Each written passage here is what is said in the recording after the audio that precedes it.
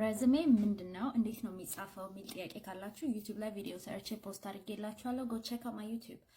ሬዝሜያችሁን እንዴት አድርጋችሁ ኦፕቲማይዝ እንደምታደርጉ ዲቴል ስቴፕ ባይ ስቴፕ in 2025 ስራ እየፈለጋችሁ ከሆነ ወይም ስራ ለመፈለግ ሀሳቡ ካላችሁ ይሄን ቪዲዮ በማየት በጣም ትጠቀማላችሁ። ሶ ሬዝሜ እንዴት መጻፍ እንደሚቻል ሬዝሜ ምን እንደሆነ ምን ነገሮችን እያንዳንዱ ሴክሽን ውስጥ ማካተት እንዳለባችሁ ለመማር ከፈለጋችሁ go check out my YouTube channel. It's free of charge, so go check it out, okay?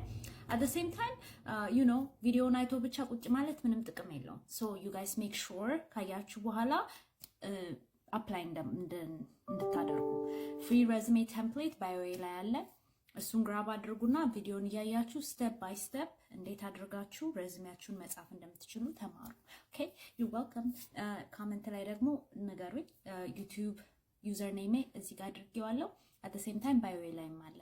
so go check it out at TT Career Coach, same username on all platforms. okay? go check out my YouTube. Bye you guys.